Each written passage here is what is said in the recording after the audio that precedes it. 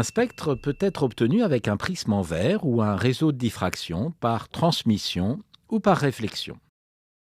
Dans un prisme, la lumière est dispersée en ses différentes longueurs d'onde constitutives par le phénomène de réfraction de la lumière. Très pratique et très utilisé par les astronomes, le réseau n'utilise pas un phénomène de dispersion, mais un phénomène de diffraction pour décomposer une lumière. Un réseau de diffraction est un dispositif optique composé d'une série de fentes parallèles, réseau en transmission, ou de rayures réfléchissantes, réseau en réflexion. Une lumière passant par un réseau donne donc également un spectre lumineux. Un gaz excité émet de la lumière.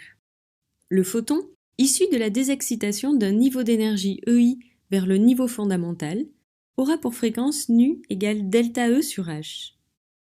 Ainsi, en fonction de la différence d'énergie entre les niveaux, les photons seront émis à différentes longueurs d'onde. On décompose la lumière émise par une lampe à vapeur de cadmium à l'aide d'un réseau placé sur une diapositive. On observe, de part et d'autre de l'ampoule, un spectre constitué de quelques raies colorées sur un fond noir. Les raies sont représentatives de l'élément chimique que constitue le gaz. On peut observer simultanément toutes les raies à l'aide d'un réseau de grande taille. En fonction des différents niveaux d'énergie propres à l'atome considéré, la désexcitation provoque l'émission de photons à différentes couleurs. Le spectre d'émission est composé de raies lumineuses, il n'est pas continu. On observe maintenant le spectre d'une lampe à vapeur de mercure. Ce type de lampe a longtemps été utilisé pour l'éclairage des rues. Dans le cas d'une lampe à vapeur d'hydrogène, avec les réseaux utilisés, deux raies apparaissent, une rouge et une plutôt bleue. La raie rouge, appelée alpha, apporte une information significative en astronomie. Un nombre conséquent de nébuleuses, comme la nébuleuse d'Orion, présente cette raie, nous renseignant ainsi qu'elle contient principalement de l'hydrogène atomique. Le spectre d'une lampe à vapeur de sodium offre une palette plus restreinte. Et dans le cas d'une lampe à incandescence, toutes les longueurs d'onde du spectre visible s'étalent de part et d'autre de l'ampoule. On n'observe plus un spectre composé de quelques raies, mais un spectre continu. De la même manière que nous venons d'observer des spectres d'émission, le spectre d'absorption permet de connaître la composition du milieu absorbant. Une lampe à vapeur de sodium éclaire la flamme d'un bec benzène. Nous observons sur l'écran une lumière orangée uniforme. La flamme du bec benzène ne crée pas d'image particulière sur l'écran. Maintenant, nous venons brûler du bicarbonate de sodium. Lorsque le sodium se vaporise, on observe l'absorption du rayonnement, ce qui se traduit par une image de flamme noire. L'énergie absorbée par le rayonnement incident correspond exactement à la quantité nécessaire pour exciter les atomes, puisqu'il s'agit dans les deux cas du même élément, du sodium. La vapeur de sodium absorbe les mêmes radiations ou couleurs qu'elle émettrait si elle était excitée. L'étude du spectre d'absorption permet de connaître, de cette façon, la composition du milieu absorbant.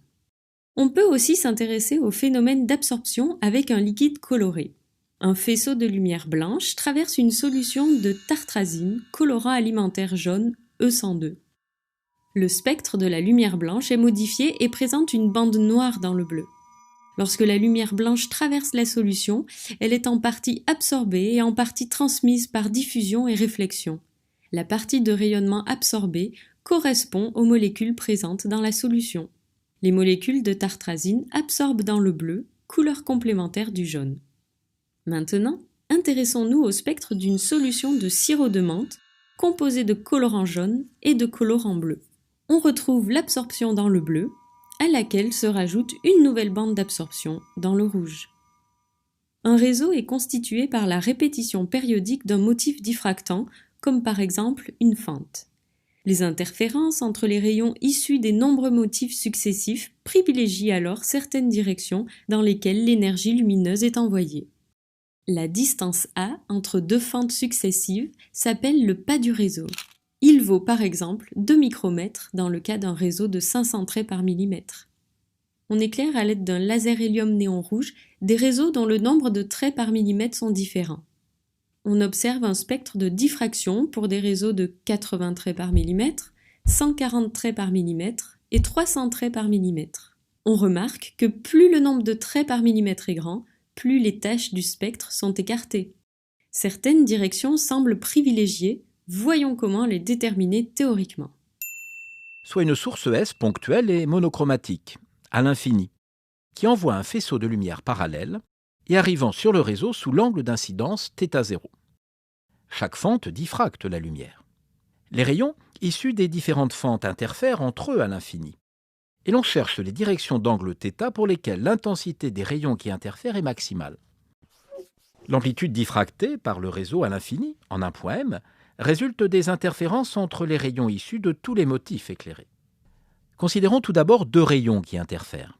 La différence de marche entre les deux rayons 1 et 2 est delta égale Sm sur le rayon 1 moins Sm sur le rayon 2 égale A sinus θ moins A sinus θ0, soit petit a facteur de sinus θ moins sinus θ0. Et si sinus θ moins sinus θ0 égale P fois lambda 0 sur A, tous les rayons qui interfèrent en m à l'infini sont en phase. Il y a un maximum de lumière dans cette direction d'angle θ. P, entier relatif, est appelé l'ordre du spectre. C'est également l'ordre d'interférence. Pour un réseau en réflexion, on aurait sinus θ plus sinus θ0 égale P fois lambda 0 sur petit a. Les CD ou DVD, formés de petits motifs répétés et réfléchissants, constituent des exemples de réseaux par réflexion. La distance entre deux sillons est assimilée au pas petit a d'un réseau de diffraction. Utilisons alors une source monochromatique pour éclairer en incidence normale la surface d'un CD. On peut, à l'aide de la formule des réseaux, déterminer le pas des sillons, petit a, égale lambda 0 sur sinus θ1, et l'on trouve petit a de l'ordre de 1,5 micromètre. Considérons maintenant le cas d'une source polychromatique, comme une lampe à vapeur de mercure. La solution dans la direction de l'optique géométrique est obtenue à l'ordre 0 qui est non dispersif. θ égale θ0 pour P égale à 0. Le rayon, ainsi, n'est pas dévié. Elle est valable indépendamment de la longueur d'onde. Dans cette direction, on observera la lumière bleutée caractéristique de la lampe à vapeur de mercure. En revanche, dans les autres ordres, l'angle θ est fonction de la longueur d'onde. Cela signifie que, suivant sa couleur, le rayon émergera du réseau avec un angle différent. De même que le prisme, le réseau sépare la lumière dans les ordres non nuls. Pour un ordre P donné, la déviation augmente du bleu au rouge. Et il se peut parfois que les ordres se recouvrent. Un ordre commence alors que le précédent n'est pas achevé. Le réseau est préféré au prisme en tant que spectromètre. La formule des réseaux permet de relier précisément l'angle θ à la longueur d'onde sans devoir utiliser une propriété d'un milieu, alors que pour le prisme, il est nécessaire de connaître la loi donnant la variation d'indice avec la longueur d'onde. Une qualité intrinsèque d'un réseau est de pouvoir séparer des radiations de longueur d'onde voisines. Plus le nombre de traits par millimètre est grand, et plus le pouvoir de résolution du réseau sera grand. Observons le spectre d'une lampe à vapeur de mercure à l'aide d'un réseau composé de 300 traits par millimètre. On remarque quelques raies dans le violet et une raie dans le bleu, le vert et le jaune. Maintenant, à l'aide d'un réseau de 600 traits par millimètre, on est capable de séparer les deux longueurs d'onde participant à la composante jaune de cette lampe. On peut citer une application de la spectroscopie en astrophysique. Lorsqu'une étoile s'approche ou s'éloigne d'un observateur, on observe un déplacement de la position des raies spectrales de la lumière émise par l'étoile. Un déplacement vers le rouge des raies indique que l'étoile s'éloigne de la Terre. Inversement, si l'étoile se rapproche de la Terre, le spectre est décalé vers le bleu. Ce déplacement des longueurs d'onde, connu sous le nom d'effet Doppler, donne une valeur relativement précise de la vitesse de l'étoile par rapport à la Terre. L'animation suivante, montrant une exoplanète et son étoile tournant autour de leur centre de masse, illustre bien le phénomène. Lorsque l'étoile s'éloigne de l'observateur terrestre, le spectre de raies est décalé vers le rouge, alors qu'il se décale vers le bleu lorsque l'étoile s'en rapproche. En 1925, Edwin Hubble découvrit l'existence d'autres galaxies dans l'univers, alors qu'auparavant les astronomes pensaient que l'univers se limitait à la Voie lactée. Cette découverte mit en évidence un univers immense dont les dimensions dépassaient l'entendement. Hubble constata de plus que le spectre d'émission des galaxies semblait d'autant plus décalé vers le rouge que celles-ci étaient éloignées. Et en 1929, il proposa d'interpréter ce décalage par une fuite des galaxies, le décalage lui-même étant le résultat de l'effet Doppler.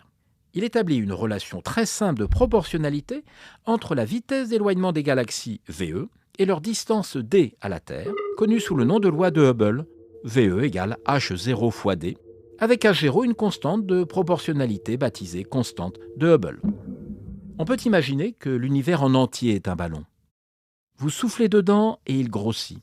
Si vous faites des petits points sur le ballon avec un crayon pour représenter les galaxies, ils s'éloigneront à mesure que le ballon gonfle.